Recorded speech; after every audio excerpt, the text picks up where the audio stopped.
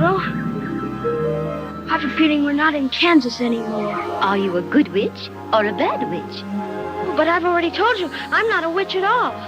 Witches are old and ugly. Do you have good witches, or are they fairies? What's the... She's a good witch. We know she's a good witch because she distinctly says, only bad witches are ugly. Only bad witches are ugly. Which is a little high horsey over there, Glinda, but all right. The Munchkins are celebrating because Dorothy's house just straight killed this witch, the Wicked Witch of the East. I'm Glinda, the Witch of the North. I'm the Witch of the North. You're the Witch of the East. You're the West. Don't know where the South one is.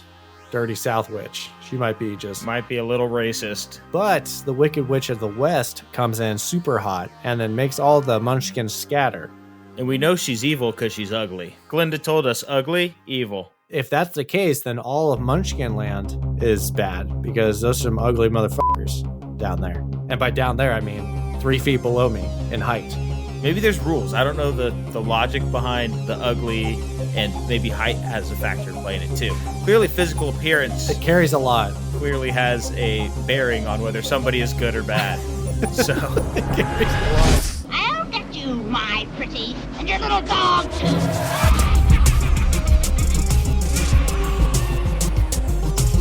Oh, hey, what's poppin', corn dogs? Benny Noodle, welcome back. It's Just Play It. I am one of your hosts. I'm Captain Pop. I am Mr. Crunch, Mr. Crisp, Mr. Crunchy. And my crunchy buddy right next to me is my best friend. He's the corn dog himself. And he's going to be my co-host along this Yellow Brick Road journey. It is Nick Justice. Welcome in. Hey, buddy. Thank you for the introduction. Like James said, I am the corn dog. I am the, meat wrapped up in the battery goodness. What I am really is I'm just battering my hog, is what it comes down to. And I'm glad to be back for another week of breaking down some movies, James. That is us, and this is our show, and we appreciate you guys being here. Please come along this Yellow Brick Popcorn Buttery Road with us as we deep dive, talk about a movie that's actually celebrating its 85th anniversary.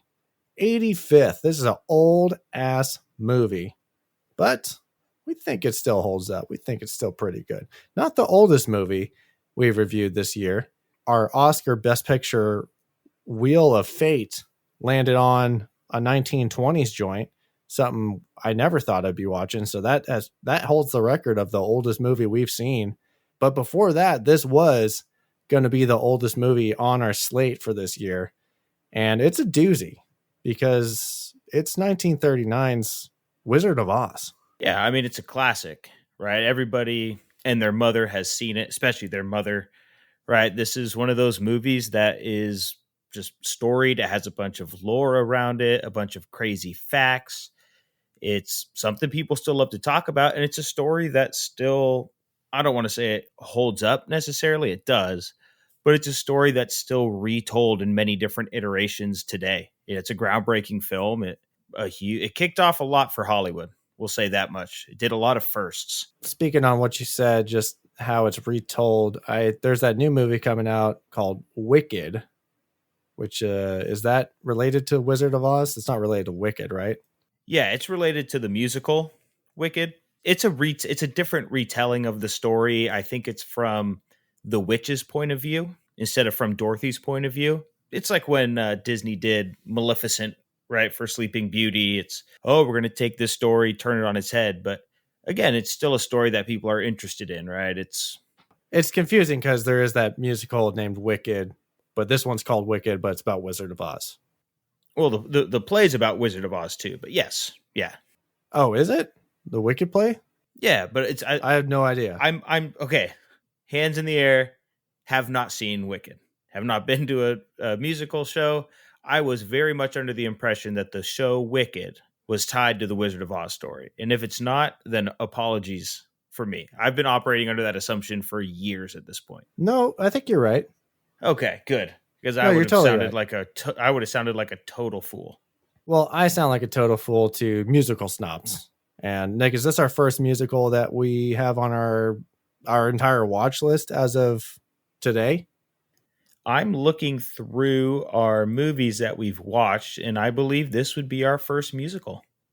Which movie would be the funniest if it were a musical of all the movies we've seen so far? I'm thinking maybe John Carpenter's The Thing. Schindler's List. Oh, God. Okay. All right. Well, let's move away from that. And we're a little bit raw. We're a little bit unpopped right now. So I think we need to get warmed up. We need to pop our kernels. We need to roll them corn dogs, deep fry everything. We're going to get into it with a quiz. And we invite you guys to play along. Coming up, we got our Cinematrix quiz. It is a daily quiz provided by vulture.com.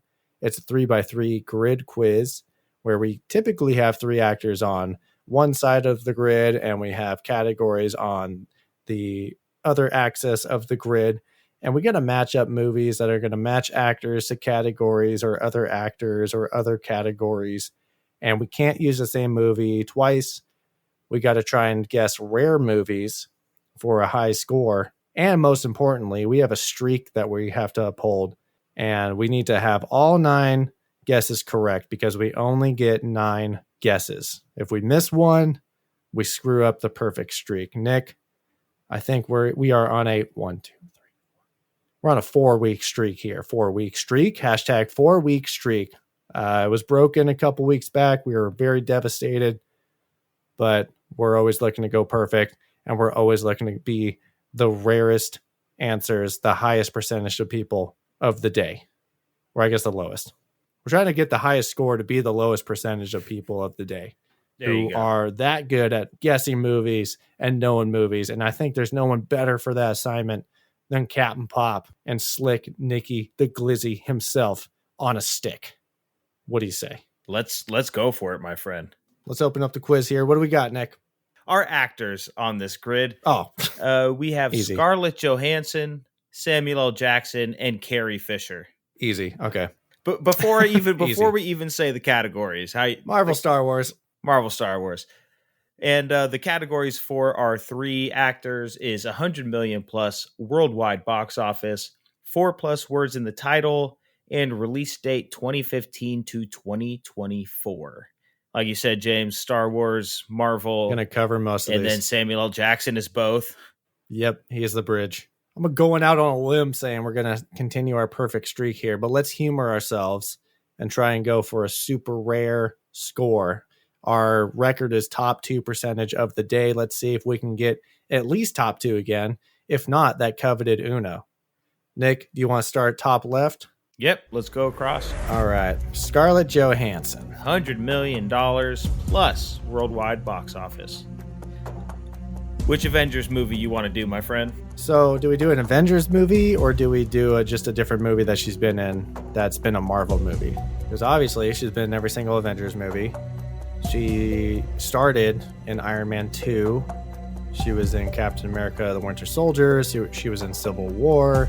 So let's go with, I'm going to say Winter Soldier or Civil War.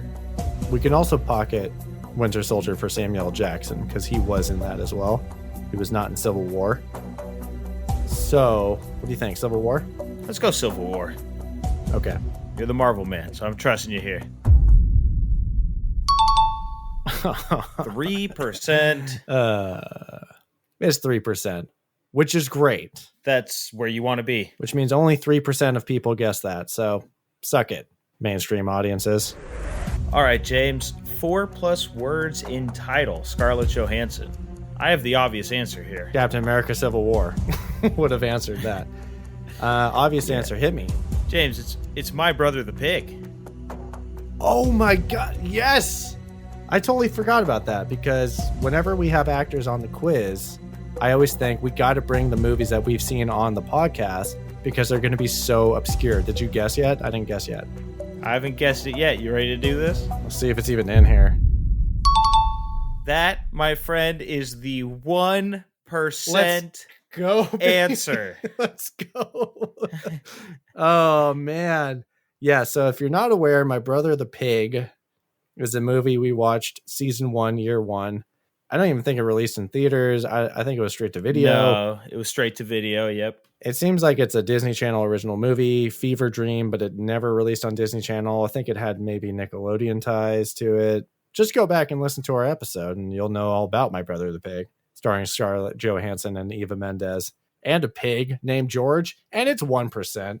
Nick, pulling out the vintage movies here. I love it. That is amazing. That's got to be the rarest answer. I'd be shocked if it wasn't. I'd be really shocked if it wasn't. We finally got to be that guy. Finally, My Brother the Pig shines on the Just Play It podcast. Yeah. Okay, and then we have release dates. So obviously we have Marvel projects, which include Infinity War and Endgame, Black Widow. Oh, let's see. What else? So there's Jojo Rabbit. A movie. Yeah, that's what I was going to go with. Would be Jojo Rabbit. There's Marriage Story. I can go with any of those. Anything that's not Avengers or Marvel. So maybe Marriage Story, is that? It's with Adam Driver, got nominated for some Oscars and whatnot. I'm trying to think if she was in any animated movies perhaps in that time period. We Bought a Zoo was like 2010. Yeah, I think the Zoo is too early for this. Yeah, no Zoo. Jojo Rabbit or Marriage Story? I feel like Jojo is the move. I want to go with Jojo. I love the movie, so I'm ready to go for it. Let's go for it. That's an excellent answer. It's a Trace. Okay. It's 13%. 13%. We nailed this line. 15 and under, we're pretty good with. Yeah, we don't want to see anything over 30. Worst case scenario. 30 plus, 31 plus, that's awful. Well, that's a strong start. Let's move down to Samuel Jackson. What a catalog. Obviously, we got Marvel movies. We have Star Wars movies, but we're going to save that for Carrie Fisher. Well, he's not in the Carrie Fisher ones. We got Jurassic Park. We got Pulp Fiction. We have... Yeah, the Tarantino universe. Black Snake Moan. Snakes on a Plane. Deep Blue Sea. James, I have one to throw at you that might be a little more under the radar and made a butt ton of money worldwide. And that was his role as Frozone in The Incredibles. And Incredibles 2. You want to go there? Kind of maybe... I do want to go there, actually. Okay, so Incredibles 2. We always take the sequel when we can. We can also do Incredibles 2 for a release date, if you think that would be big brain enough. Was Incredibles 2 2015? Well, yeah, no, because I was living in LA and I saw it in theaters. I think it was 2017 or 2018. Okay. But you think should we do Incredibles 1 for box office and Incredibles 2 for release date? Yeah, let's do that. Let's go with box office first with The Incredibles. Oh my gosh, Nick, it's coming in at 2%. There's no way. Money ass guess. James, where is my super suit? It's in this quiz and it's going to work. So let's just go ahead and type in The Incredibles 2 for release date. And that's at a nice sexy 4%. Okay, James. That's a nice 4%. We're sitting pretty. Carrie Fisher, I feel like is going to be... We're going to hit a lot of popular answers with that one, unfortunately. Yes, but 4 words in the title for Samuel Jackson. So Snakes on a Plane, I think, is going to be the obvious one. Black Snake Moan, that's 3. Moan is 3. So we do The have... Hateful Eight is 3. We have Kill Bill Volume 2. He was Rufus in Kill Bill Volume 2. The Naked Mole Rat. How could I forget? Now, is that number 2... Is that a word? I think it counts space things. Like if there's a space in between a word, it would be a word. Incredibles 2 would be a 2-word title. You could also do The Winter Soldier. We absolutely can. What do you think? I personally like Kill Bill Volume 2, but I can go with Captain America Winter Soldier as well. I'm going to defer to you because whenever I make the pick, it always fucks it up. I'm thinking Kill Bill Volume 2. I think that's the way to go on this one. Okay. Well, let's do it. Ooh, nice little sequence there. Because Incredibles, we got 2. Kill Bill Volume 2, we got 3. And Incredibles 2, we got 4%. That's a 2, 3, 4. I don't think that's ever happened to us. We're looking strong, dude. Let's go, buddy. Nice job. All right, Carrie Fisher. Yeah, let's finish this out. Because Oh, no, there is a... fuck, I don't think it would fit with any of these. There was another movie that we watched with her in it. The Burbs. The Burbs. Obviously, it's not going to do forward title. It's not going to do release date. Yeah. 100 million at the box office. It was like in the 50s or something. 50 million range. All right. Damn, that would have been funny to use. Now, she has a cameo in one of my dad's favorite movies. She is the mysterious woman in The Blues Brothers. And that's definitely 100 million. I like it. So if you want to... We're going for something big here, man. We're going for something big. 6%. Ooh, man. We're in single digits, man. Only Jojo Rabbit had us at 13, but man, we're looking pretty damn strong. 4+ words in the title. Okay, James, I had this thought because we get burned by this stuff all the time. But are you aware of the terrible, awful, famously bad Star Wars made-for-TV movie, The Christmas Special? Yeah, of course. So 4+ words in the title. Do you think, because we've been burned by TV movies and shorts and things like that. Yeah. Do you think Star Wars... Because specials and shorts work, and obviously it generated as one of the answers. So I think we can do that, my friend. Let's give it a rip. Let's rib it and rip it. Oh my God, dude. 3%. I'm shaking. James, I'm shaking. Let's not fumble this. 3% for that. Last one we have is Carrie Fisher, release date 2015 to 2024. Which of the sequel Star Wars are we going to go with? She's in all of them.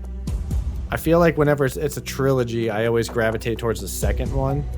So I would think The Last Jedi. Yeah, people will go for first and people will go for third. So let's go with episode 8. Star Wars The Last Jedi. Nick, I'll hit guess at the same time as you. Count it down. All right. 3, 2, 1, go. No. Oh, it's 46%. But you know what? We went perfect. Top 4 only? I feel a little... Top 4? What? I don't know. Our record's top 2%. I was feeling hot there. Does the 46% really hurt it that much? I can't recall what we killed it on last time. I think we've gotten top 2 twice.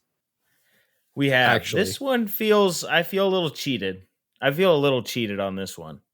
I feel like Aaron Gordon in the 2016 dunk contest. Yeah, it's a Honestly, scam. I put on a hell of a show, and I just got shafted by one of the judges at the end. Are you kidding me?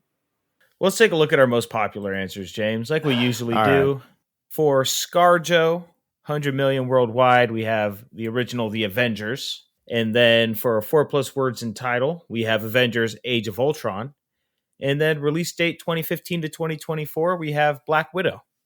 So all Marvel all the way through. Marvel. Moving down to Samuel L. Jackson. Most popular for $100 million was Pulp Fiction. Most popular for 4+ words in the title was Snakes on a Plane. And most popular for release date was Captain Marvel. Makes sense. For Carrie Fisher, 100 million worldwide, we have Star Wars, the original, A New Hope. AKA A New Hope. Yep. For 4+ words in the title, When Harry Met Sally. That would never even popped in my mind. No one thought of the holiday special. And then most popular is unfortunately the one we got as well. Oh. Star Wars, The Last Jedi. Maybe they just remember her floating through space and that just stuck out to them. They said, she's Superman in The Last Jedi. Has to be. Well, Nick, I'm going to count this as a huge W if My Brother the Pig is the rarest answer, because we're going to go over the rarest correct answers. Moving on over, for ScarJo, the rarest correct answers for $100 million box office was the SpongeBob SquarePants movie. Okay. Mine's different. What's it say for you? I have We Bought a Zoo. Oh. Which I didn't know did 100 million. Guess that zoo is important. Yeah, zoo's doing all right. At least what's showing on my screen for 4+ words in the title is the SpongeBob SquarePants movie as well. Same. How is that? How is My Brother the Pig more thought of than the SpongeBob SquarePants movie? Just give me something, Cinematrix. Rounding out, release date, rarest was actually Captain America Civil War. For Samuel L. Jackson, 100 million worldwide, we have The Legend of Tarzan. Not what mine says. What does yours say? 1408. Remember that hotel room movie with John Oh. Cusack? That did 100 million? Ain't no Guess way. so. Apparently it did. For 4+ words in the title, I have The Last Full Measure. I have The Return of Superfly. This quiz. And then for release date 2015-2024, I have Barely Lethal. I have Life Itself. So this quiz doesn't know what the rarest answer is. Well, let's see if we can match it up with Carrie Fisher here. Rarest correct answer, $100 million at the box office, was Hook with Robin Williams. For 4+ words in the title, I have Charlie's Angels Full Throttle. I have Mr. Mike's Mondo Video. No idea what that is. And for release date, I have a Good Trip, which looks like it might be a documentary of some sort about maybe Woodstock or something. Yeah, it's called Have a Good Trip, Adventures in Psychedelics. Well, that's our quiz. Apparently, we're top 4%. I thought we were going to go at least top 2, hopefully top 1. Apparently, The Last Jedi sucks in the regard of being a movie and also an answer on the Cinematrix quiz. So that's tragic. Who would have guessed? Well, let's get to the movie that we're reviewing this week. We are reviewing The Wizard of Oz, like we said, from 1939. This movie is directed by Victor Fleming, who also directed Gone with the Wind, and 1937's A Star is Born. There's also a guy credited as a director named King Vidor, but this is a Victor Good Fleming. for him. It's a Victor Fleming joint. And this movie is going to go ahead and star Judy Garland, a.k.a. her birth name, which is Frances Ethel Gum with 2 M's. So I can see how she went with the stage name route there. Got shoved into stardom early via her mom, kind of like a Michael Jackson situation. She kind of just put her in front of cameras and recording studios as a singer when she was 2 years old. So healthy start there. Mom of the year. Let's go. This movie's also going to go ahead and star Frank Morgan and Margaret Hamilton. Nick, what are we looking at for the budget here? What's our dollar signs? Well, our dollar signs here are the big money 1939 amount of $2.77 million. No, you're missing a 7. It's very important. $2.777 million. Thank you. Thank you. That goes a long way. That extra 7,000. And this movie went on to gross $25.6 million. So, sheesh.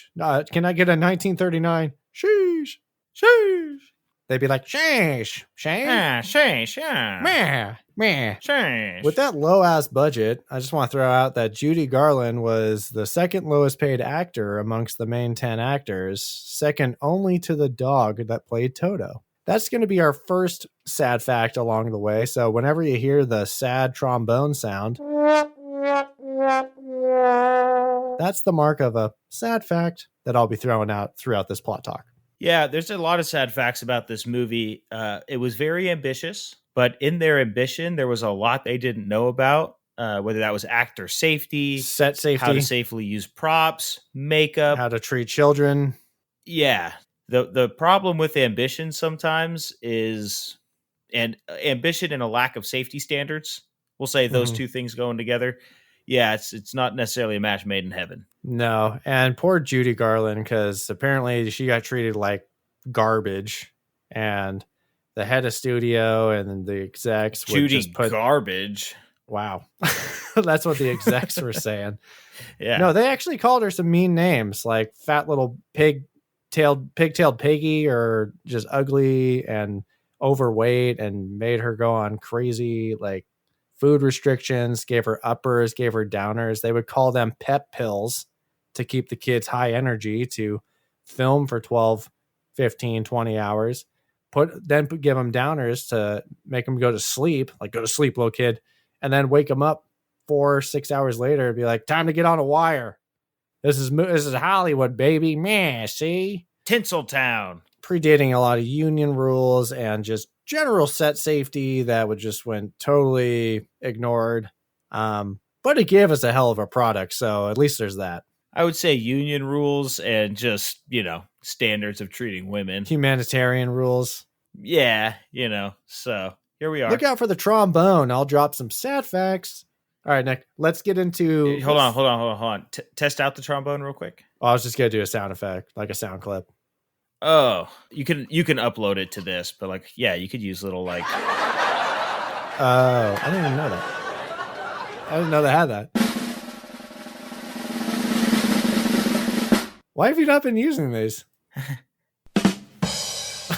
Okay, we need to use that one. Transition 2. Transition 5. You're telling me you could have saved me all this time?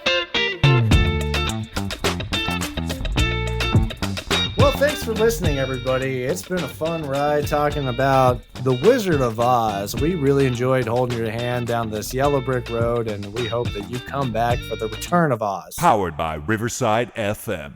Okay, good to know. Yeah. So look out for those sad facts, and let's get into plot talk here. Nick, can you kick it off with reading this log line for us?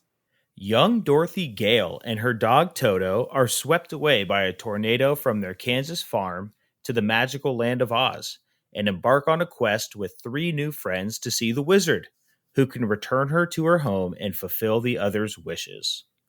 Awesome. Wow. Wizard sounds like a cool guy. All right, I'll watch this movie. I need to meet this wizard.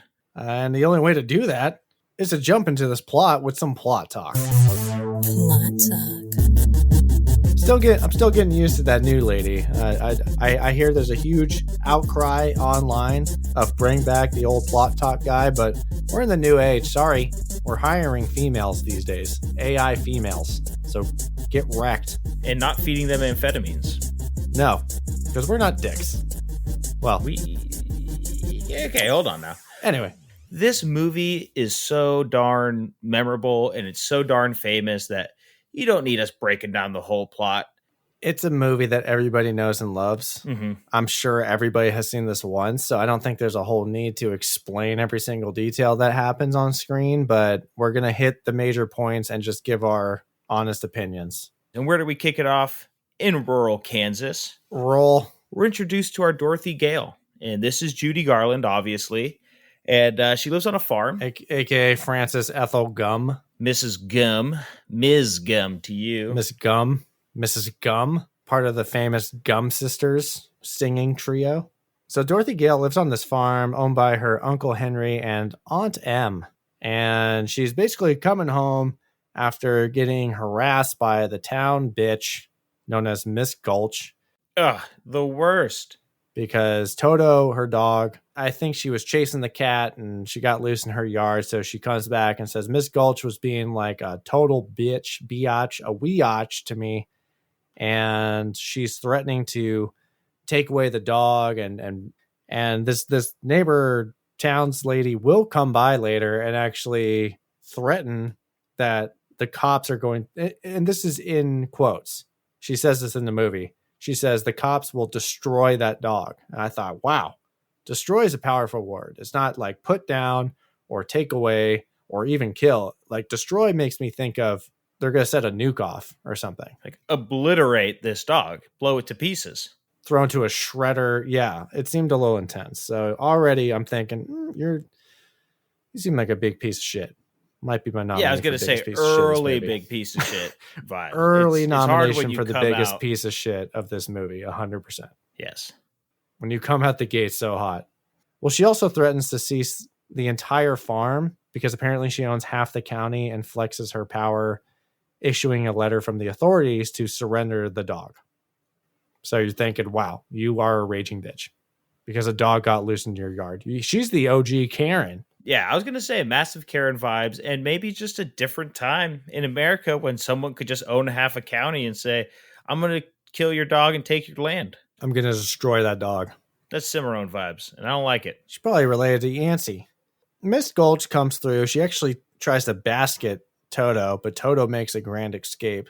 Dorothy and Toto run away. They run into this character named Professor Marvel, who is a swindler, one of those medicine mans with the traveling wagons back in the day that says he has this miracle cure or he's a psychic and basically is a con man towards Dorothy. and is looking into a crystal ball, says he can see things that others can't see.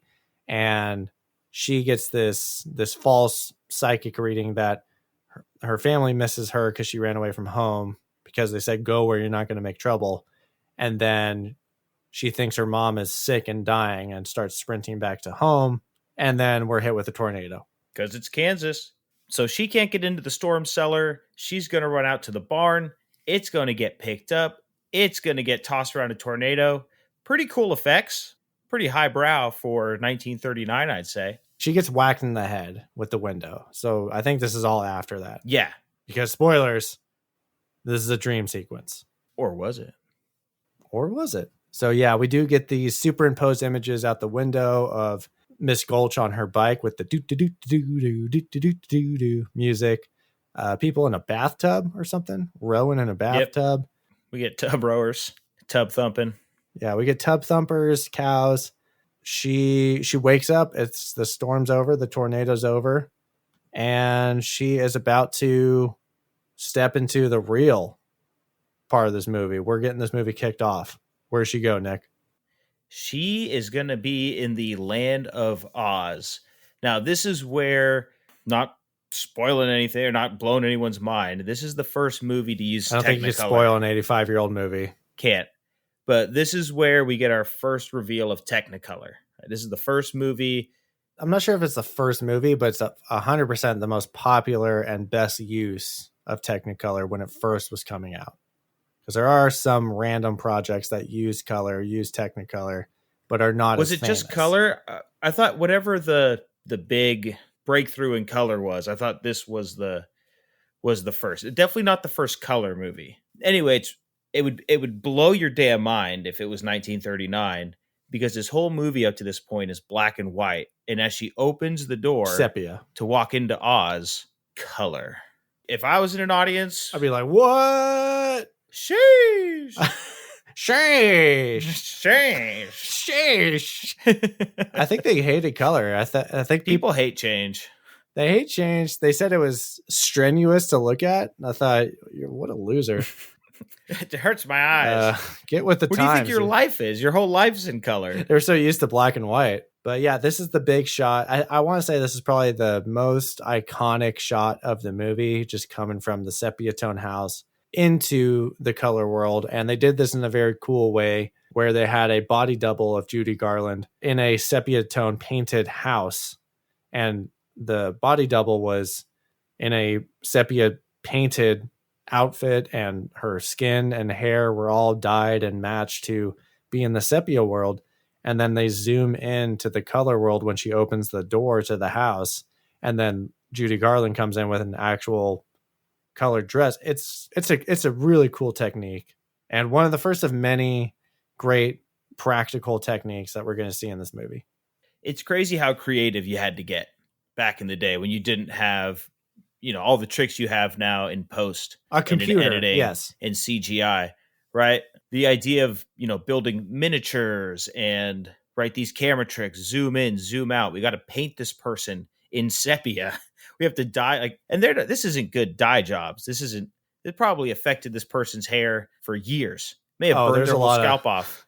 We don't know. Wait for the sad facts. Yeah. Wait for the sad facts. But Dorothy steps out into the land of Oz and is greeted by Glinda, who is this good witch. Do you have good witches, or are they fairies? What's the... She's a good witch. We know she's a good witch because she distinctly says, only bad witches are ugly. Which is a little high horsey over there, Glinda, but all right. That's tough. But she gives us our information of where we are. We're in Munchkin Land, in the land of Oz. Is it called Munchkin Land or Munchkin Town? Well, Munchkin Land is the overarching territory, and then the village we're in is Munchkin Town. I just Googled it. It said Munchkin Land, in parentheses, known as the Free State of Munchkin Land during the secession in the eastern quadrant of Oz. We have civil wars going on? No, yeah, we are in Munchkin Land, in the land of Oz. The Munchkins are celebrating because Dorothy's house just straight squanched the Wicked Witch of the East.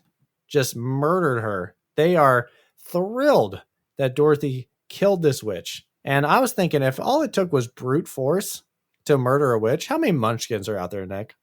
200, 300? How many munchkins in the great Enough to secede? in the great quadrant of Oz are there? Can they just physically overpower a witch? Because apparently all it took was just dropping a house on somebody. Yeah, I also wonder what's up with Glinda? Is she not as powerful? Did she not help the Munchkins out? Like, how long did this reign of terror last from this Wicked Witch of the East? True, because it seems like they're on an even playing field. It doesn't seem like any witch is higher than the other witch. Yeah. But Glinda is going to be the fairy godmother type character to Dorothy. The Munchkins are going to do this whole song and dance about how they're happy that Dorothy committed third-degree murder. And gotta say, Nick, the Munchkins annoy the crap out of me. I don't know if it's their voices. I don't know if it's that the fact they have to present to Dorothy in song and dance in different subgroups. They really irritated me. I hate the Munchkins. Yeah, I'm not a Munchkin fan either. And I think this is 1939. They were like, oh, audiences will love the little people. Like, look at them dance and prance around. Yeah. But in today's world, it's not as, I don't know. They're like the early version of Minions, but the Minions are funny. Or Ewoks. Hey, Ewoks is a good one. Yeah, so I think the filmmakers thought, oh, this would be hilarious. People will laugh at these people of short stature, is what we're supposed to say, because the PC cops are always watching, Nick. Midgets.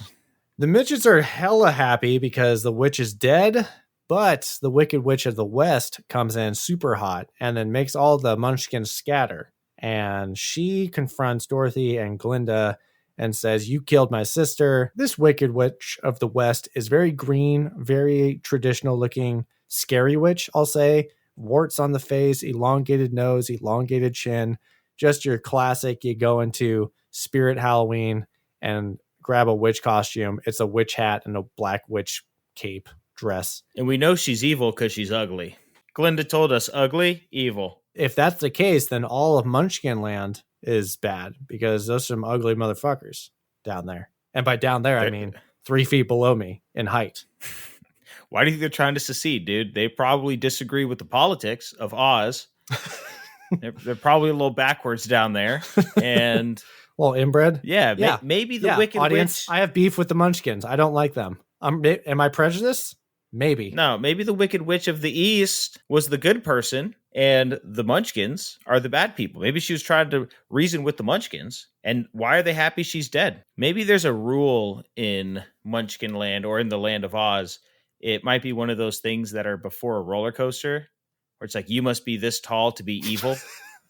So like anything under that stature is automatically not evil. Maybe there's rules. I don't know the logic behind the ugly, and maybe height has a factor to play in it too. Clearly physical appearance. It carries a lot. Clearly has a bearing on whether somebody is good or bad. So the Wicked Witch of the West is wanting retribution. She wants revenge for her sister, but she wants her sister's slippers. But the red slippers magically transfer from the dead-ass witch under the house that dropped on her onto Dorothy. Apparently, the Wicked Witch of the West cannot obtain these slippers off of Dorothy initially or throughout this movie. It seems kind of messed up. Her sister just died. She's like, please give me something to remember my sister by. They're like, no, it belongs to this chick who murdered. Like, what is this? This gladiator times? Like, you murder the witch, you get her shoes. Won through combat, I guess.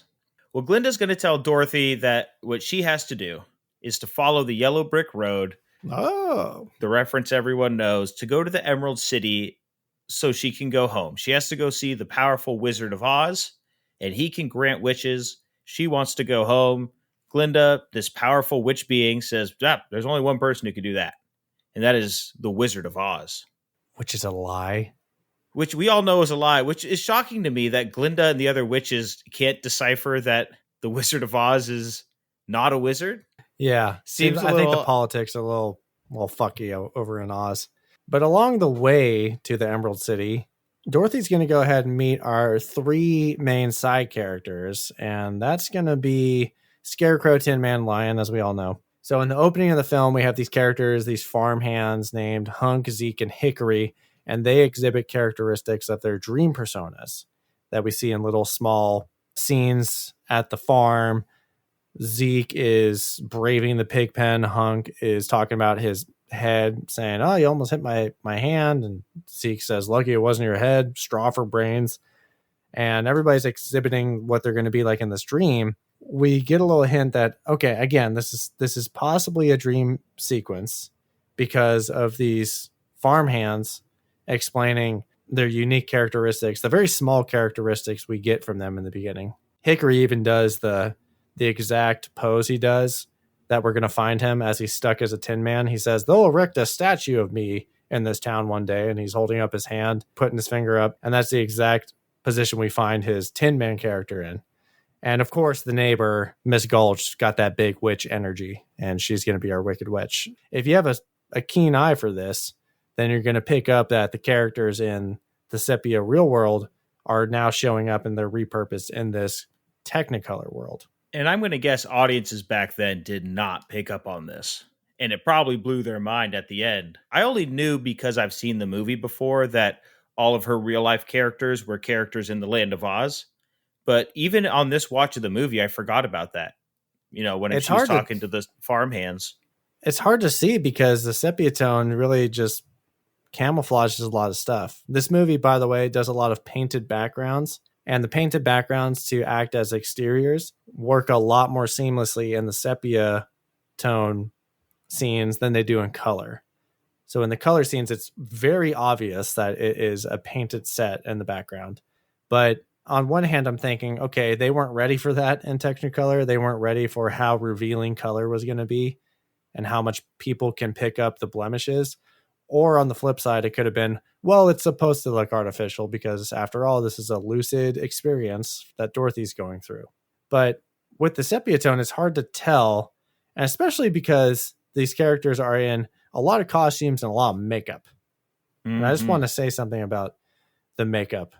This is going to start one of my sad facts. Ray Bolger, who played the Scarecrow in this movie, he removed the rubber prosthetics from his face on the last day of filming to discover that he had burlap scars around his mouth and chin. And the makeup was never porous. Don't do that. Makeup wasn't porous. Just had to do it once. So you couldn't sweat in it, and you couldn't breathe through your own skin. Tin Man. Let's talk about the Tin Man, because we're going to shout out Buddy Ebsen. You heard of him? Probably not, because he didn't make it into this movie, other than a singing voice credit. But he was originally cast to play the Tin Man. One night he woke up in bed screaming from violent cramping in his hands, arms, and legs, and had difficulty breathing. Now they're fun facts. And one trip to the hospital later, he hopped in an oxygen tent, I think that's AKA an iron lung, and stayed there for 2 weeks recovering from the pure aluminum he ingested into his lungs from his days in makeup as the Tin Man. Oh, aluminum poisoning is not good. Yeah. I mean, no poisoning is good, but definitely aluminum poisoning. So rather than being sympathetic to his severe reaction, the studio was furious. In quotes, this is all from a Vanity Fair article, by the way, all this information I'm getting. Ebsen is quoted to say, "They told me to get the hell back to work." Mm-hmm. When the studio was told that Ebsen, whose skin had turned blue during his reaction, could not immediately return, production replaced him with Jack Haley. Though the aluminum makeup was changed, it still caused Haley a serious eye infection.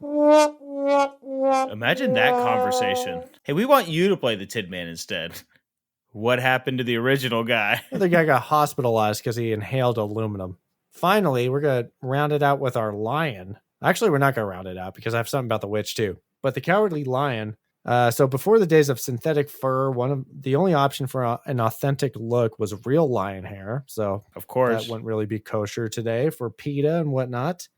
But Bert Lahr, who played Cowardly Lion and Zeke, he wore one costume primarily because of this scarce material through the filming. And the costume's weight and filming under the intensely hot lights made Bert faint and get carried off set a lot. A lot? A lot, multiple times. That's not good. So this was just an occurrence. Bert's down again. Bert's down, and according to the cinematographer Harold Rawson, the actor thoroughly sweated through his costume every day, so much that the costume had to be put into an industrial drying bin each night to dry the perspiration. The costume also sold for $3 million in 2014. Sheesh! Rounding out our makeup horror story, sad facts, is going to be The Witch. So during production, Margaret Hamilton realized her Wicked Witch makeup had actually sunk into her skin, and it took months before her face was really, truly normal again. Sadly, for the actors playing the Tin Man, Scarecrow, and Cowardly Lion, they were also banned from eating lunch inside the MGM cafeteria because the sight of them eating in their makeup was deemed too disgusting. Oh, And that is Sad Facts with Captain Pop. Moving on. oh boy. Well, it's not sad for our heroes in the film because we do, after some song and dance, and Everybody gets a song and dance number. Yeah, we all introduced to all these guys. Lion doesn't really dance. Scarecrow and Tin Man get their own dance number and song, but Lion only really gets a song. they break it down. Maybe Bert would start sweating and passing out if he started dancing. I don't know. Dance. That actually would make a lot of sense. Poor Bert. So we finally crest a hill and we see the Emerald City. We see the Great Palace, and this is where the Wizard of Oz is. Let's go.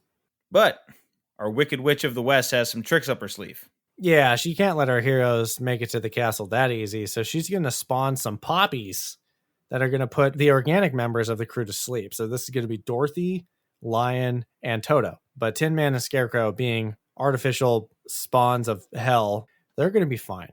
And I have a question about this. So we know this is a dream, or is it?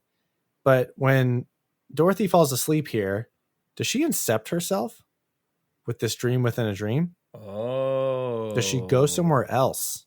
Oh, she could. She could. Yeah, we could get layers deep into this. Oh, I'm gonna. So I'll get layers deep later on in the year. But for now, the good witch, Glinda, good, quote unquote, is going to wake their asses up with some snow. And here comes a sad trombone, sad fact. This snow was asbestos. Yeah, that's just what we did. That's just what we did back then. We used a lot of asbestos. Set safety. Now, Dorothy's going to try and get herself into this Emerald Palace, but she gets denied an audience with the wizard by this guard. He's played by Frank Morgan, who, spoilers, is going to play a lot of characters in this movie. He was Professor Marvel. He's the guard. He's the gatekeeper. He's also going to be Oz. The guard gatekeeper era of his acting job in this movie. It's got big King Candy energy from Ralph Breaks the Internet, or Ralph Breaks the Internet. It's Ralph Breaks? Mm-hmm. Yeah. So he's big King Candy vibe. And he has a Dr. Eggman mustache from Sonic the Hedgehog. And this King Candy character is going to deny entry to see the wizard. But then Nick immediately, he busts the deal and has to spin the wheel, because Dorothy starts crying and sobbing, and then he just breaks and caves and starts bawling himself and feels bad and says, you know what? You can't see the wizard because he's me. Yes, the wizard is everywhere. The wizard is everything. Even though he's not magical, apparently he has created copies of himself. Or that is him. Not quite sure. But we do get our first glimpse of the wizard after this, and he appears as a giant ghostly head. Looks like the mask. His name's Zordon from the Power Rangers. And they want their wishes granted, but he will only grant their wishes if they bring him the Wicked Witch's broomstick. So we got a quest. Now I'm wondering the power dynamic. So the Wicked Witches don't know he's not a wizard. They've done no investigation into the wizard. They've never had like a wizard witch meeting of like, hey, let's talk about how we're going to cause a political uprising in the land of Oz and make the Munchkins a anarchist quadrant. Yeah, let's merge some empires. I don't know. Everyone's pretty much looking out for themselves. No correspondence. Yeah, so witches don't even bother with the wizard. But we have a quest. We got to go get a broomstick. The scene's actually going to end with Lion straight just yeeting out the window. He is the first one sprinting out of the wizard's office and just finds the closest window and just dives out of it. Not sure if they're on the 30th story or what, but he had the courage to do that. I'd say that takes more courage to yeet yourself through glass out of a window than to stand and face the wizard. So we're dropping hints that Lion really does have his courage all along. But we got to get to the witch, and she's going to be in a scary place. And that's going to be in the haunted forest, which is full of Michael's art store Halloween decorations, rotating bird heads with light bulb eyes. Speaking of yeeting, Tin Man, he's also going to get yeeted up in the sky from some supernatural force caused by the Wicked Witch of the West, and then comes crashing down, which brings us to the big kidnapping of these flying monkeys. I do want to bring up one more thing from this scene, as they're all scared. Apparently, they all have been given some sort of weapons. Tin Man has an axe now. Lion, I think, has a bug catching net. That's his weapon. And Scarecrow has a gun. Scarecrow has a revolver. I don't know where I missed this. I didn't know there were guns in the Land of Oz, but I really feel like this would shift the power dynamics. If one man had a gun. If a house can crush a witch, I think a gun could also incapacitate a witch. Those are the rules. Clearly physically vulnerable. But I didn't notice this. You pointed this out to me before the podcast recording, and he does have a pistol. Scarecrow's packing. Not sure. I guess he just that heat shoves it into his straw body at some point. Well, but when he gets scared, he like yeets it. He gets scared. He like throws it. I was going to say, do you think Scarecrow was given the pistol from the wizard and then he just held on to that forever in case he ran into any trouble in the Land of Oz? Maybe the wizard was saying, hey, go get the broomstick. You're going to need this. You're going to need a gun. So yeah, we have a gun. Gun does nothing because there's flying monkeys coming in. Speaking of Scarecrow, bro gets straight fucked up by these monkeys. He gets torn apart. It's ripped in half. Yeah, his legs are over there. His insides are over here. The monkeys had a personal beef with Scarecrow for some reason, and they fuck him up. He is down. Yeah, I don't think monkeys want to fuck with lions. No. And I think a Tin Man would be really hard to mess up, but Scarecrow is easily. Oh, it'd be so fun for those monkeys just to grab their straw and just start throwing it around. They're probably That's why he had the gun. He was the most vulnerable. He didn't have it on him. It's the weakest one there. But the flying monkeys abduct Dorothy and Toto and bring her to the Wicked Witch of the West. The ruby slippers, she still cannot physically take these slippers off of Dorothy. I thought, why is this such a huge issue? You're a witch. You have powers. You can spawn poppies. You can yeet Tin Man up, have some telekinetic powers from a distance, but you can't take off some shoes. I don't understand the slipper rules here. Does she have to kill Dorothy so the slippers will come off? Because that's what happened to the Wicked Witch of the East. That's exactly what she needs to do. She actually says that. And she makes it a point to take an hourglass out and say, when this sand runs out, then your life will run out, my pretty.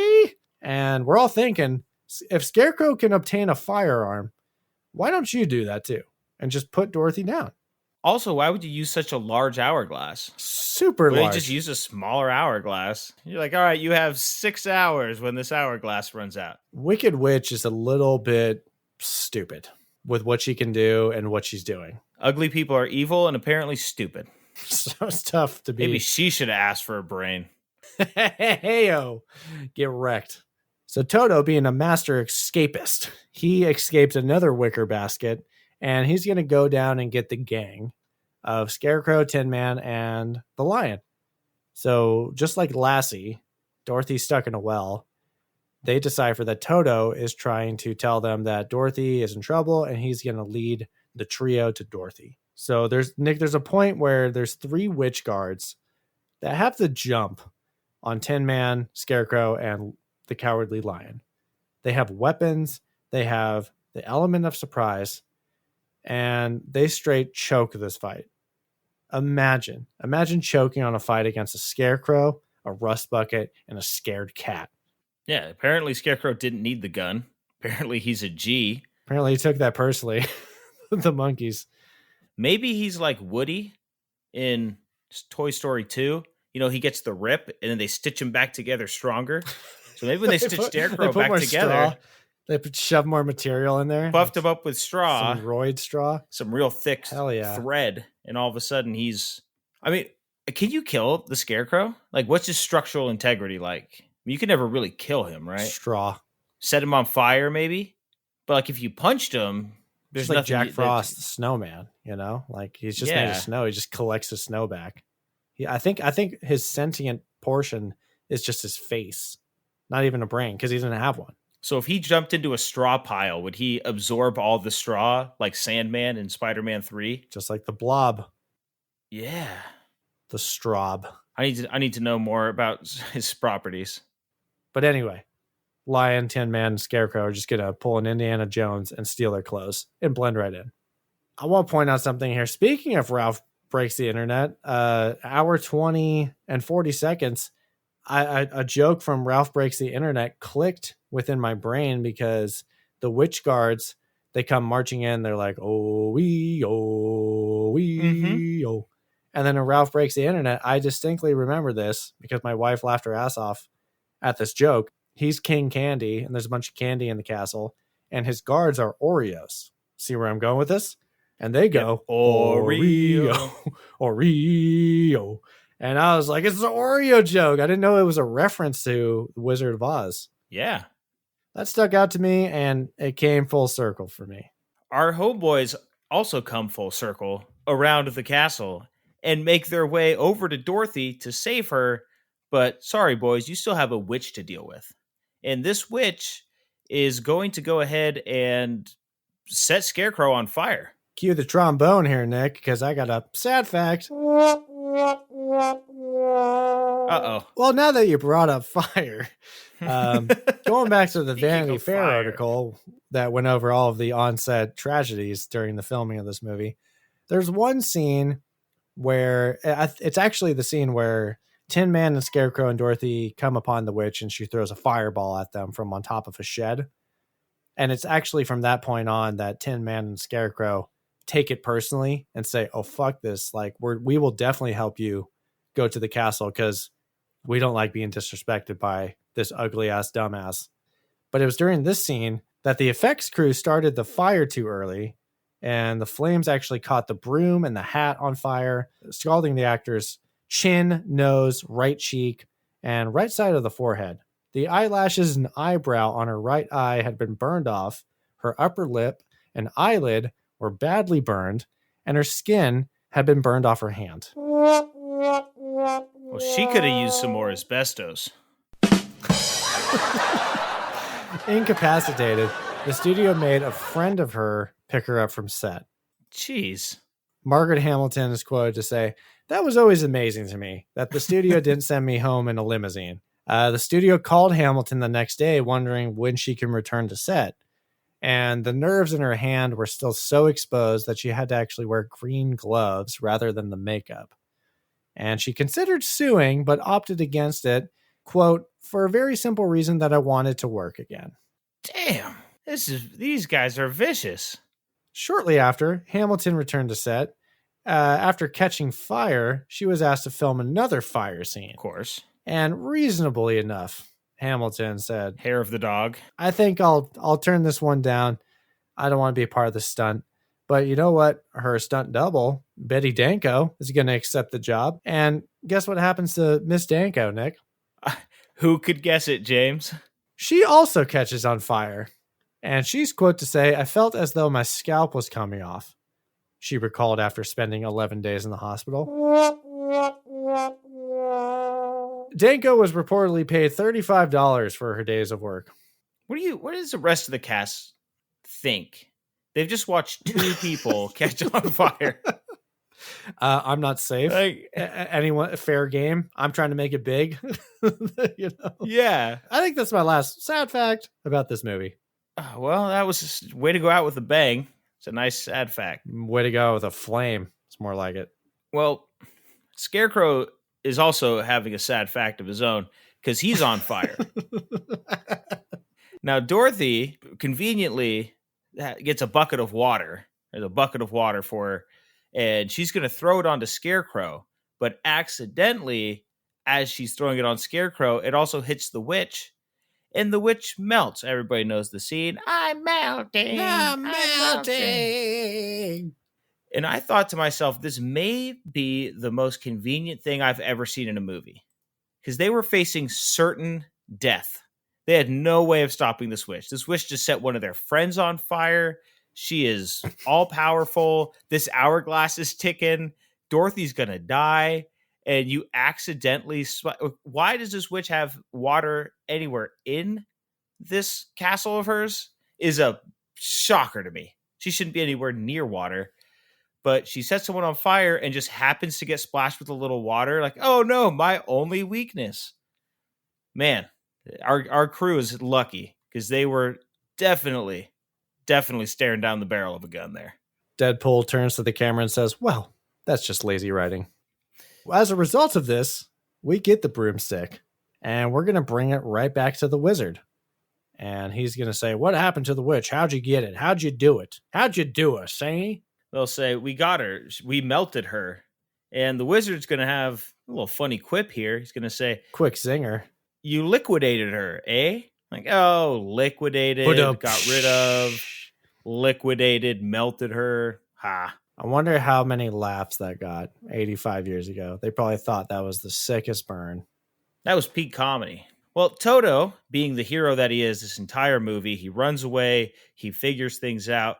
Toto's going to go over to this curtain, pull it back, and reveal that this wizard is nothing but a man with a bunch of gizmos and gadgets behind this curtain. The term, the man behind the curtain, is spawned from this movie. Yeah, we get pay no attention to the man behind the curtain. This was probably a funny scene, too, back in the day. I think the first time you watch it, it's still enjoyable as well. Me too. After the disappointment of, hey, this guy's not a real wizard, he can't grant our wishes, we find out that we had what we needed all along. The lion was always courageous. That's why he did all the courageous things to save Dorothy. The Tin Man always had a heart. And the Scarecrow, he always had a brain. And a gun. And a gun. And what more do you need? If I only had a gun.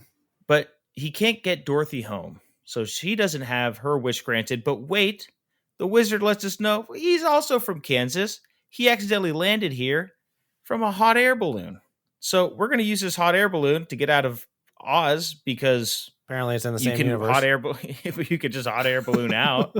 So that made me question about the is it a dream or not? I think this wizard actually got lost in a hot air balloon and landed here. It's a dream. It's a dream because she conveniently misses the hot air balloon ride. Because Toto's a menace. Oh yeah, because he jumped out of the basket. He hates baskets, dude. Actually, yeah, I don't blame him because he got put into 2 wicker baskets against his will twice in this movie. So that's actually a really good Easter egg there, that he hates wicker baskets. It's not his thing.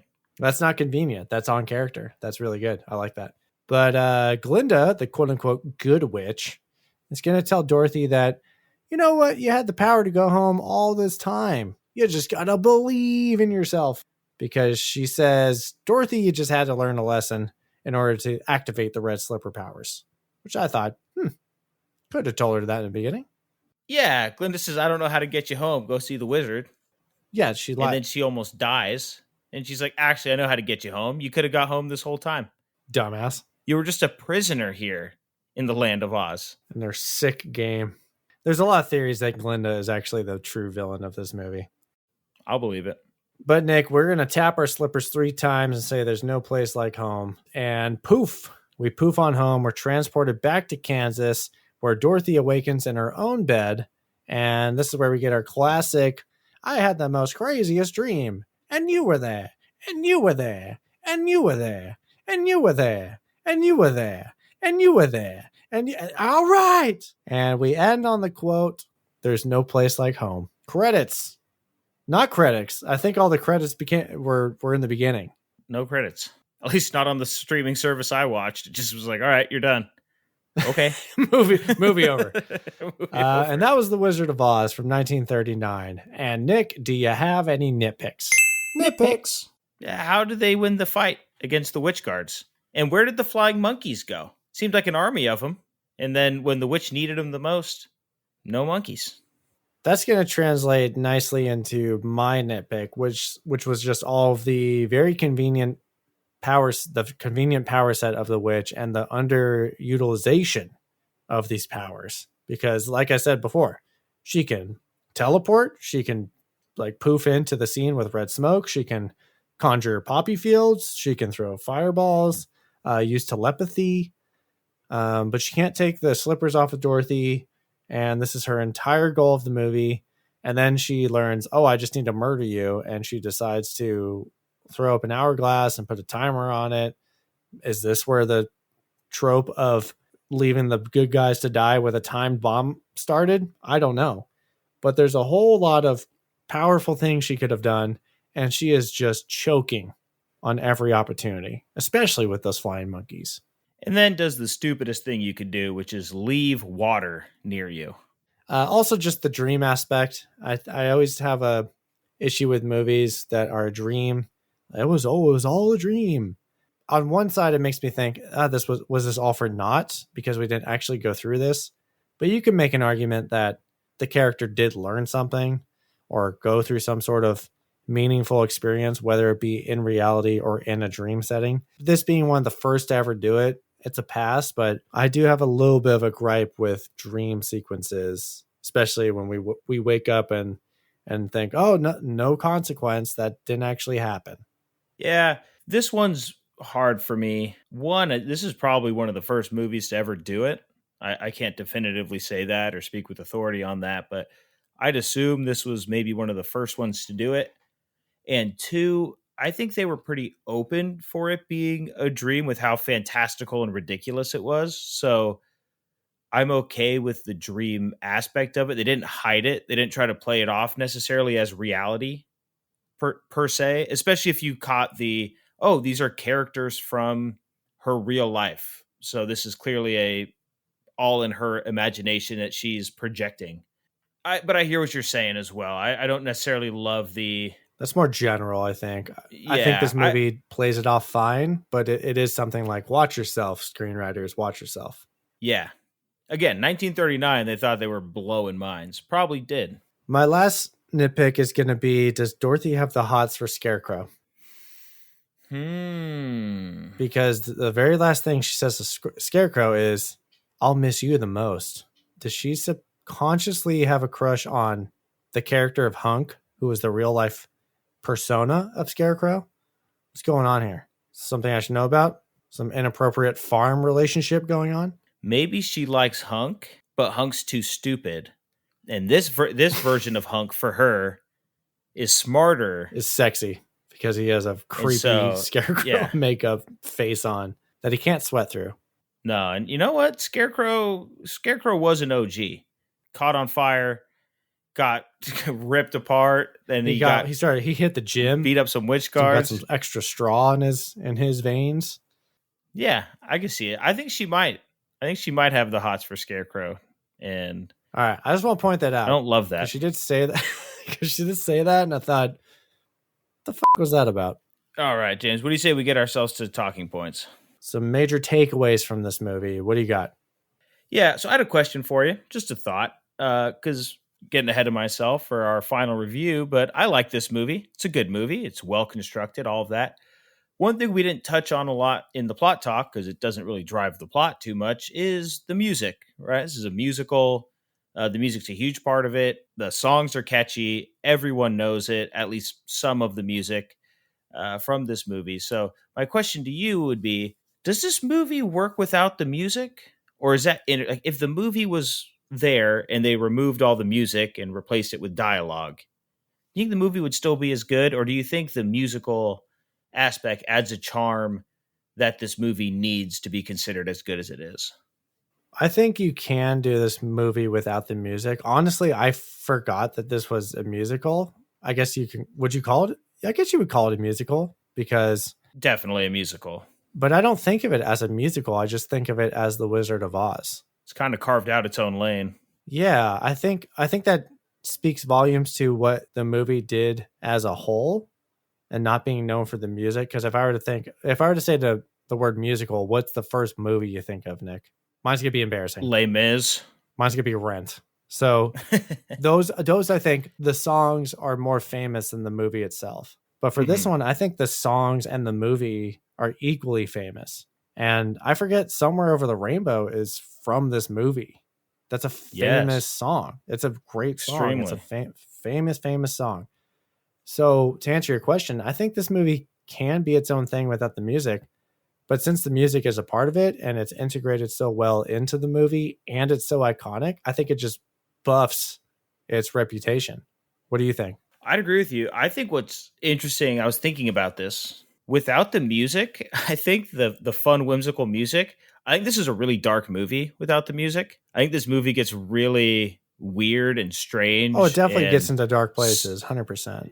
Yeah, but the music always brings you out of it like, do. You're like, oh, yeah, no. So we're in a whimsical dream world. We're in the land of Oz. So I think this is very integral. The music is integral to the movie, but like you said, not in the form of it's a musical. It just helps keep the tone of the movie fantastical throughout it. And that's where I'd say the music is very, very important. But you're right. The movie is bigger than the music. The movie itself is just so impressive besides the music. But those two together, you take a good thing, you got a great thing. Boom. I'm in agreement. All right, buddy. What do you got? Well, speaking of the great things that we saw, I just want to kind of shout out the movie magic. And you can look these up. You can look up how this movie was made because, again, this is before computers, before CGI. I just want to shout out the movie making techniques they need to do to sell these effects. And the first thing is the twister. So I thought, okay, you see a twister on screen these days, you're thinking CGI, computer, boom. That's how you do it.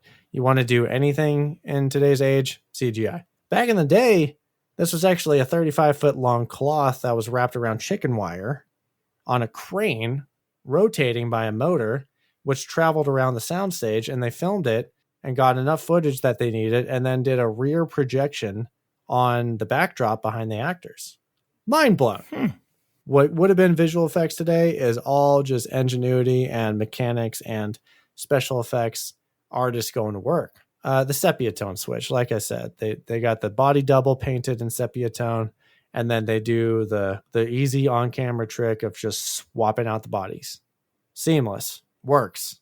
I feel like we get a little bit bogged down in CGI today, where we take a lot of that for granted of how they used to do it back in the day and how much thought and effort it was needed. Do you think filmmakers get too lazy with the old line, we can fix it in post or we can CGI that now? It kind of takes away from the creativeness. Or do you think it's not really, it's kind of like an old trick and we can do things faster and easier now? No, I think it's the former of that. I do think you lose some of the magic with the amount of CGI and stuff fixed in post. And it takes a lot of the magic out of movie making. It's like going to see a magic trick and a guy does something and it's real, it's done in a real way, but you can't figure out how they did it and you're so impressed by it. And that's way more impressive to me than saying, yeah, we fixed it with CGI, we touched it up, we did XYZ. Back in the day, being a set designer, being a practical effects person meant that was a crazy job. You were having to use a lot of ingenuity, and not that special effects. You were a magician. Yeah, not that special effects aren't impressive today. Not that I don't enjoy movies that have a lot of the special effects, but I think it makes things more impressive, like actors doing their own stunts, right? There's an extra weight to the movie, I think, when you know that something's done for real. Let me ask you this.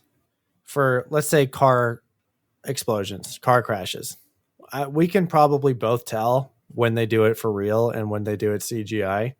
And I think we're going to be more impressed when it's done for real. Something like the color switch, the color reveal in this movie, where they have the entire set painted sepia. They have the actor painted in sepia, and then they do a body double. They do a set change in camera. They can easily do that with CGI. So do you think it's, because it almost went over my head in watching this movie, because I thought, I'm so used to computer generated images and visual effects. I just thought, okay, whatever, like no big whoop. For stuff where you can tell where it's practical and you can tell where it's CGI, I think practical always takes the cake. But for something where like this, I didn't think about it. So is that something that should be revered? Should it be replicated? Or do we just move on with CGI? Practically, I think you have to move on with CGI with the budget, but there's just so much magic tricks on camera in this movie that it's so endearing to me as a film buff. I agree with you. You see what I'm saying? Like something that could be easily done with CGI, but it's not like you can't tell the difference if it was done practically or done CGI, whereas you can other effects. But like it kind of makes you feel a little bit fuzzy inside knowing they did it for real. Yeah, you feel fuzzy inside, and there's something about it. There's something about risk that adds impressiveness. So the idea that we have to do this take X amount of times, or we have to try something that may or may not work, right? There's a risk to that. There's a risk on set to this working. You only have a certain amount of film you can use, right? We have to paint things. If this doesn't work and it doesn't look good once we look at it on film, we've wasted a lot of time, a lot of money. You don't have that same risk in CGI, right? So I think when we talk about filmmakers taking risks with how they do something, I'm just not sure that that holds the same weight as it used to hold. And that's nothing against modern filmmakers. It's just the way the industry's gone. How much more fun was watching Top Gun Maverick knowing that those were real pilots pulling off those stunts in the plane? Knowing that going into the movie made the movie so much more enjoyable to me. It was so much more impressive. Immersive. When you know things are practical, it's so much cooler. And for Wizard of Oz, you're pulling off stuff audiences have never seen. That has to be a really cool feeling as a filmmaker to add this extra bit of awe and magic. And I can't tell you the last time I felt that awe and magic when it comes to CGI. No, because anything's possible. Right. And anything's believable. You're like, yep, computers, all good. It's impressive, but I think it's really just, how impressive is the CGI? Like when you look at Davy Jones from Pirates of the Caribbean, or if you look at Thanos from the last two Avengers movies, you're like, wow, they look like they are super textured. They have life. They are not a weird, uncanny valley robot. This CGI is very impressive. So I think there are still oohs and ahs to be had with audiences, but for tricks like this that Wizard of Oz was breaking their backs over and risking their lives with toxins and poisons, it's very cool for back in the day, but obviously for safety and convenient reasons, you can just do it with a computer. But shout out. I also want to shout out that the horses, those colored horses, so I thought they were also painted or dyed, but the ASPCA refused to allow the horses to be dyed. So instead, the technicians tinted them with lemon, cherry, and grape flavored powdered jello to create the spectrum. They had to shoot these scenes very quickly because the horses would start licking the jello powder off themselves between takes. Again, just another crazy, inventive, practical way to appease the ASPCA and also get the effect that they want on camera. I'll just leave it at this. No sad fact here. At least we had animal rights when we didn't really have people rights on set. At least someone was being looked out for. All right, James, I have one final question for you to wrap this up. And we talked about it. I think I know where you stand. But was this all a dream? And I have a theory. Well, yeah, this was clearly a dream because Dorothy got knocked unconscious and then fell asleep in her room on the bed and dreamt this whole crazy thing with talking scarecrows and tin mans and talking lions and flying monkeys and witches that die from water and pistols spawn out of nowhere. And then she wakes up in bed in reality to her real family and people she knows. It's clearly a dream. Although with the Doctor Strange Multiverse of Madness rules, your dreams are a view into a different universe. So I don't know if that's where you're going. That's sort of where I'm going here. So what if this is a different reality, right? Same people exist in different realities. So it makes sense that the same people that she knows back home are the same people here, have similar personalities. But here's the question for you. There is no Dorothy in this universe. And we know that universes don't like to have two of the same people in them. What if in this universe, Dorothy was the Wicked Witch of the East?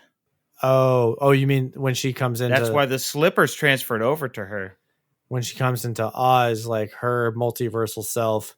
Oh, that'd be crazy. Yeah, because Glinda does say, are you a witch? Are you a good witch or a bad witch? And I think that's when she drops like, only ugly bitches are witches. So maybe her multiverse version of herself is ugly. She came in, killed herself. Slippers came to her. Well, that's what the studio execs are saying about Judy Garland, so it would make sense.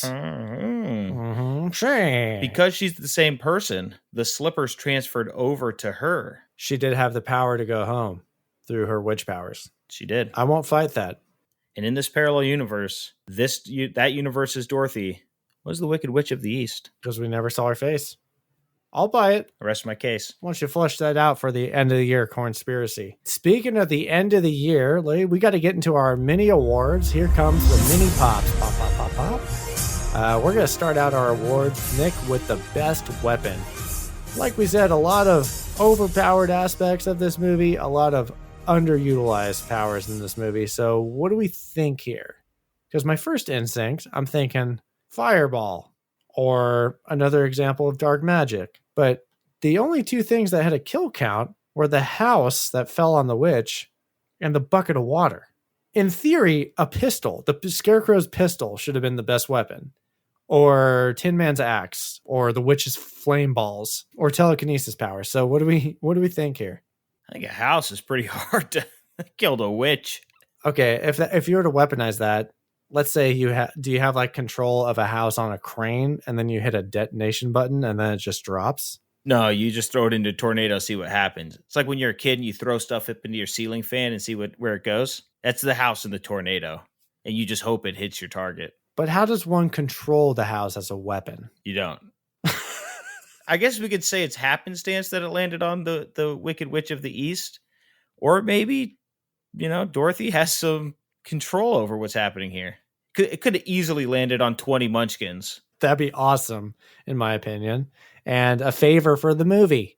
So bucket of water killed Wicked Witch of the West. A house killed the Wicked Witch of the East. Nick, I'm going to leave it to you. What is the best weapon of this movie? I got to go with the house. Because water only affects one person. I think the house, there's very few people that we have covered in this podcast who would survive a house to the dome. The falling house from The Wizard of Oz is going to move on into the Thunderdome of the best weapon of the movie. Speaking of Nick, we got to get violent up in here and talk about the best fighter of this movie. Who do you think was the best fighter? Again, I would say the Wicked Witch because she can conjure fireballs or lethal poppies. But I was going to say Dorothy because she does technically have the highest kill count. She inadvertently kills 2 witches in her dreams, technically, or in a different universe. Yeah, I'm going to go with best fighters. I'm going to go with the flying monkeys. All right. They were pretty vicious. I don't think we saw their full potential. They fucked up Scarecrow. They don't really have a conscience. Dorothy at least feels a little bad about what she did. The flying monkeys have no remorse. They thought they killed Scarecrow and they flew away and they didn't even bat an eye about it. So I think the flying monkeys were pretty vicious, and I'd probably put them up against anybody in this movie. I'm down with flying monkeys, and I think they can move on. However, it is best fighter. So we just need to have one monkey move on. Flying monkey. Flying monkey is the best fighter of The Wizard of Oz. So best fighter, what about just the best character? I'm looking for the MVC. I'm looking for the most valuable character of Wizard of Oz. Toto. Most valuable character for me is Toto. He is the reason all of this happens.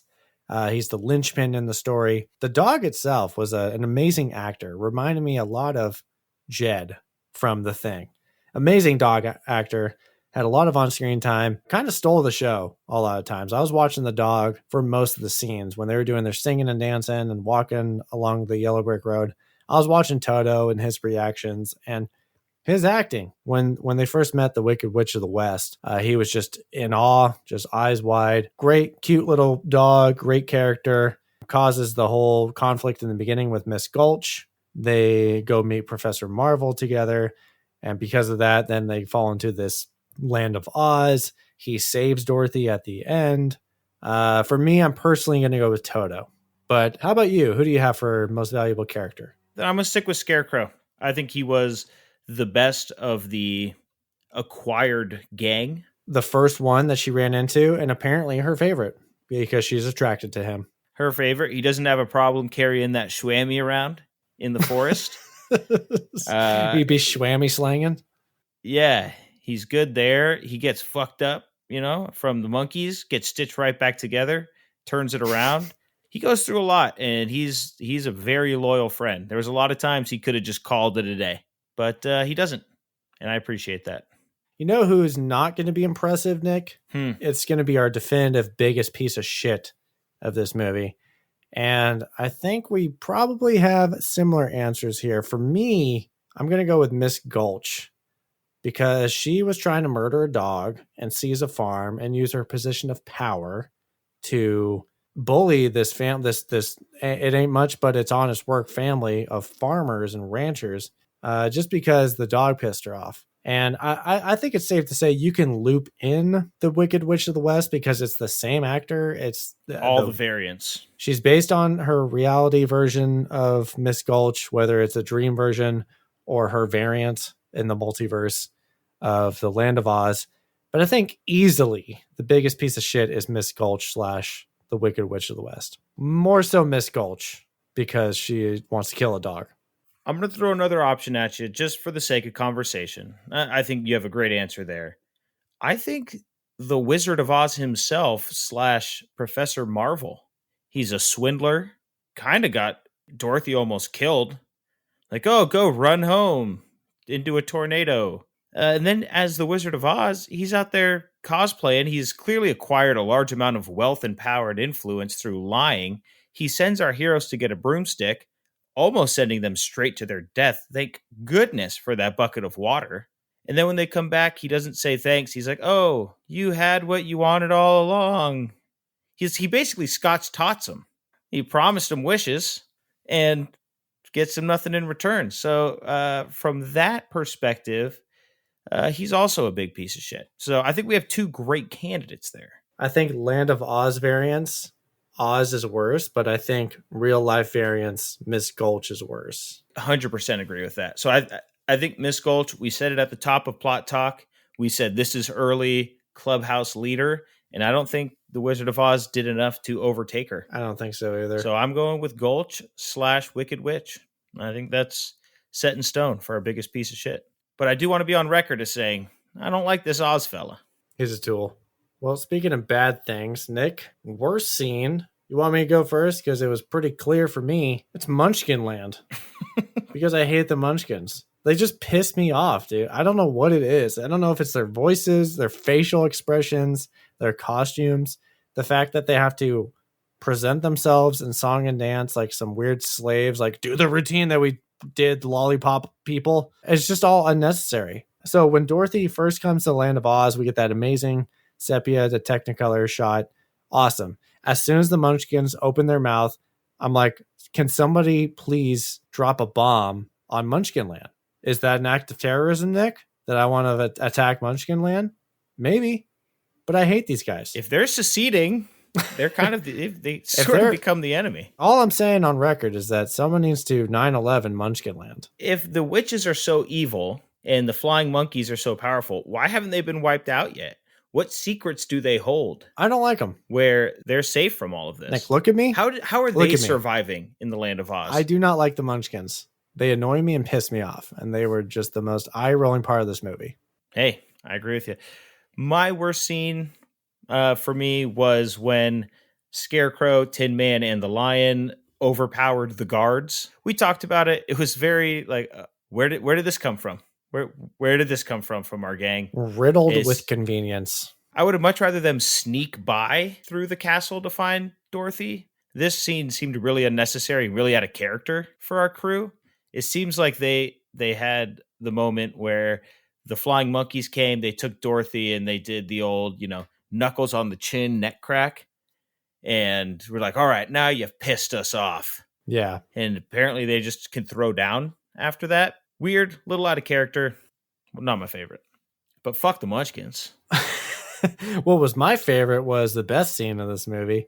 And I'm going to nominate when the Wicked Witch of the West first arrives in Munchkin Land, because she comes in through this cloud of red smoke and it seems very seamless. And it's another great practical effect that we're seeing her just coming into Munchkin Land. She fucks up the party We get our first color look of Margaret Hamilton in her bright green and apparently toxic paint look that she's given us. She's doing a great performance. Toto, like I said, is also giving a great performance in the scene. And then we get our classic red slipper disappearing shot with the weird feet curl from the Wicked Witch of the East under the house. Such a weird toothpaste. Yeah, just the toe curl with the socks and the stockings. Very iconic scene. Even though Munchkinland sucks and I want someone to bomb it, it is a very impressive set. And it's in a big wide shot. She comes in with red smoke, and it's all just in-camera effects of her coming into the scene. Mostly it's because she stops the joy and happiness of the Munchkins. Because I hate them. But yeah, your best and worst are just back-to-back scenes. Yeah, no, it's blended wild into each other seamlessly. That must have been a roller coaster for you. Lows and highs, I say. For me, the best scene was towards the end of the movie, the last quarter, even fifth of the movie there, when the Wizard of Oz finally gets revealed, when the curtain gets pulled back. I think it's a great scene for the simple fact of this is when the whole dreamland starts to unravel a bit to the audience.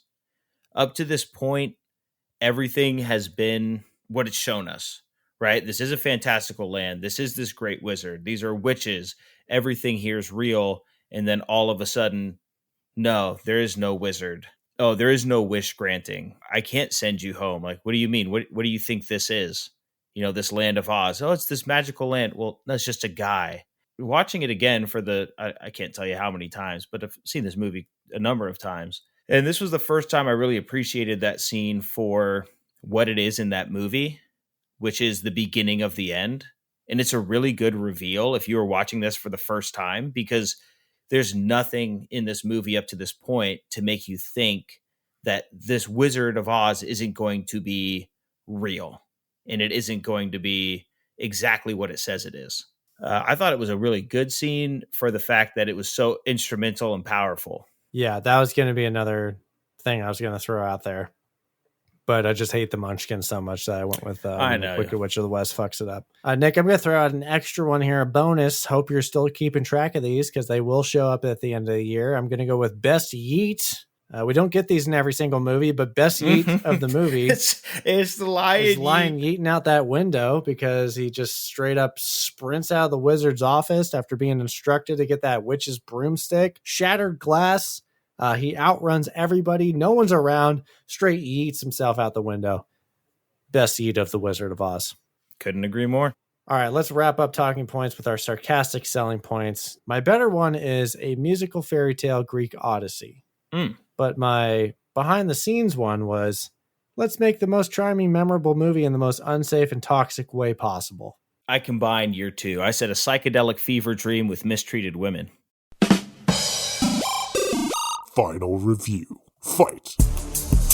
That's going to transition nicely into our final review, and we're going to start out with what the other guys are saying. We're going to lead off here with Rotten Tomatoes. The critics, 98% of the critics thought that this was a pretty damn good movie. Yeah, this has got to be one of the all-time highs, right? Yeah. The people, not as nice, but still a really high, solid 89%. Awesome. And we're going to move over to Metacritic. The critics are going to give this a 92, which is going to be a 9.2 on the popcorn scale. I want to read one of the lower reviews from Metacritic because, as a reminder, these are reviews from the time of when they came out. Oh, I think I know which one this is. It's the New Yorker one. I think I read this where it summarizes as, fantasy is still Walt Disney's undisputed domain. Nobody else can tell a fairy tale with his clarity of imagination, his simple good taste, or his technical ingenuity. This was forcibly borne in on me as I sat cringing before MGM's Technicolor production of The Wizard of Oz, which displays no trace of imagination, good taste, or ingenuity. Russell Maloney from the New Yorker, that is full-on baloney, because I wholeheartedly disagree. And then if you go into his full review, one of the things that I thought was funny was the vulgarity of which I was conscious all through the film is difficult to analyze. Part of it was the raw, eye-straining Technicolor applied with complete lack of restraint. So Russell restrain yourself with the color. Russell Baloney is weak sauce and can't take a little color on screen. What a bitch. Oh, they showed no restraint with the color. You're going to hate it. What a joke. You guys aren't into that now, but your kids are going to love it. All right. Well, the people of Metacritic gave it an 8.4. And now our eye-straining, scarecrow braining, asbestos raining, makeup staining score brought to you in Technicolor from IMDb an 8.1. We are on the same strong brain wavelength with that one because we just had the exact same thought with what IMDb thought. And now we're going to hit you with what we think. Nick, it is my pleasure to lead off with my laughable log line, my popcorn points, and my final thoughts of this movie. My laughable log line is: Dorothy is a young girl from Kansas that kills 2 witches in her dream, coming out on the other side as a changed person. So, Nick, this is interesting. It's an 85-year-old movie, and like we touched upon with the effects, and would it have the same effect of if it were today as it were back then? We always have this constant: do I rate it for what it is or when it was made, or do I rate it for how it is as a movie? Just like those weird people that say, I don't see color in people's races. Like, do I say, I don't see years of when this was made? And I'm reviewing it of what it is. But it's hard to deny the ingenuity and the trailblazingness of the movie. And I know that's a little bit taboo. We don't like to do that. We do like to rate movies for what they are on screen and not so much, oh, it was so impressive for the time. However, I'm going to maybe flex that rule, and I'm going to give 1939's The Wizard of Oz an 8.2. A lot of people rate this movie very high because I do think this is it's a very impressive movie. It's 85 years old, and for the most part, it is timeless. I think the singing style is a bit dated, and honestly, it seems like it plays a lot better for kids than adults. But all in all, I think it's a very well done film. The thing I would say that is lacking the most is the story, but that is what the original book is for. I don't think they were really super concerned with having a compelling story. On the surface, it seems like the message is that everyone has their shortcomings, and our awareness of these makes us feel isolated and that we'll never overcome them. But in reality, you do have the ability to get over your self-doubt, and you just need that one kick in the ass. You need that lesson to get over that self-doubt and unlock that superpower that we all have. And I do appreciate that different people can walk away from this movie with completely different interpretations. Then there's different ideas of who truly is the bad guy and what the message actually is. And I think that's a sign of a good movie. Performances are very memorable. So are the characters. I do appreciate the characteristics of Tin Man, Scarecrow, and Lion being subtly integrated into their real sepia world counterparts. When that trio has to brave the castle, they're all giving us hints that the wizard is actually a fraud because they exhibit things such as all of their desires without the need of a wizard's wish, because Scarecrow is the one with all the big brain ideas on that rescue mission. Lion is the one leading the way with courage up the mountain. Tin Man is the guy that rallies Scarecrow when he's all fucked up by the monkeys. So it's not really a contradiction to the characters. It's really just like a subtle clue for the big reveal at the end, and adds to the message of the movie. And despite it being shrouded in darkness from its making of, it was groundbreaking, very influential, and one of the most clever examples of movie magic. I think the sets, the effects, the makeup, the costumes, all the extras, all the munchkins that I fucking hate, and all of their makeup and their costumes, the scale of this movie is super impressive, especially for 85 years ago. The amount of in-camera effects they did in order to create the illusion that audiences were in the land of Oz is truly a different level of smoke and mirrors. They maxed out 1939 technology to the fullest to bring the best movie watching experience that audiences could ask for 85 years ago, which made it very well regarded. It's well regarded today. It's adored today. The Wizard of Oz is probably the 1939 equivalent to Avengers Endgame as far as a movie watching experience goes. Audiences were probably losing their shit. This movie was a milestone in Hollywood triumphs, and it's still to this day one of the most influential movies in the industry. Beautiful, beautiful breakdown, my friend. All right, let me give you my laughable log line, and Let me tell you what I think. Please. A girl from Kansas murders someone on foreign soil, steals her shoes, then hunts down her sister. Yes, that's a way better log line than mine. So for me, this is an 8.4. To your point, James, of, we have our rules about, we don't want to compare against errors. We want to take it for what it is. We don't want to take the quote unquote groundbreaking nature of it and add that into the review. But I think it's hard not to. I think it's extremely hard not to, for the simple reason of, we've knocked down scores of other movies for bad effects, and these movies' effects aren't great, but we talked about it. They're practical. It's really impressive for the time. I think they're still pretty good. I think I have no issue with any of the effects. The music is really good. I can't imagine the production value that goes into making a musical in 1931, right? Being able to do the singing and the dancing and recording it and stuff like that, to me, is so much more extra behind the scenes, right? The all hands on deck. The effects, the makeup, the props, while we said was very dangerous, it's still very groundbreaking and impressive, and doing it all in a new scary frontier called Technicolor, right? This movie took so many chances and so many risks, and they attached a massive director to this and said, like, let's go for it. Let's make one of the greatest movies ever. In 1939, with the technology they had, they were able to put together what is still considered one of the greatest movies ever. And that level of dedication and care and detail, it has to mean something for the score.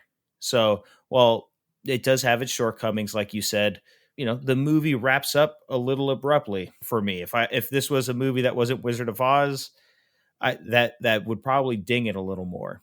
Everything else considered for this movie, and at an hour 40, the movie's paced really well.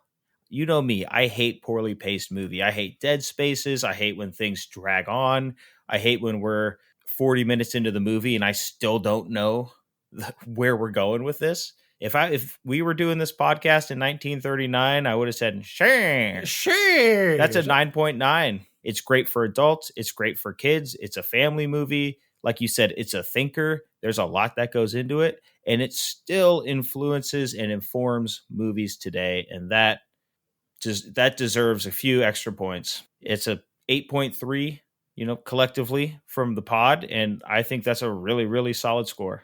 For all the turmoil and tragedy behind the scenes, it's got to feel nice for it to accumulate and to lead up to something.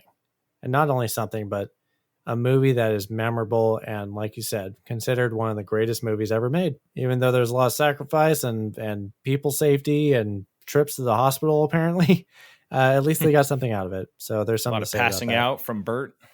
Poor Bert. All right. Well, that's our review of The Wizard of Oz. Shocker, it's a good one. And if you haven't seen it, you should watch it. It's not a movie that I would personally say, oh, we got to watch this every single year.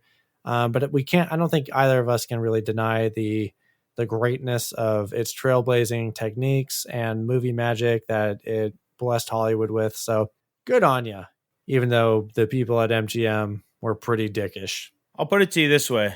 My kids will be seeing this movie, and they'll probably enjoy this movie. This is a movie that's lasted 85 years, and it's going to last another 85 and keep going strong. And that's the beautiful part about movies. And that's why we're here. And that's why we're talking about them. And we appreciate you guys coming along with us. We thank you, and we encourage you to follow us on our socials. We are at Just Play It Podcast on Instagram and YouTube. We are at Just Play It Pod on X. And you're going to want to stick with us because next week, we had an 85th anniversary for this one, but this one we're going back to 1985. So there's a little bit of a connection there. And we're going back to a very familiar place that we probably should not have ever gone to as a society, I'll say. Nick? Yeah, all I can say is I really hope there's no munchkins involved. A high possibility of that, but I'm hoping not. And that's our show for this week. So we're heading gone. And remember, if you fall asleep in the middle of a tornado, make sure if you go into the alternate universe, you murder your doppelganger. Otherwise, there could be a riff in the space-time continuum, and we can have an incursion where we have Land of Oz versus Kansas Secret Wars coming May 2026. Signing off. See you later, ladies and gentlemen. Nick, hit me with that. Ba-dum.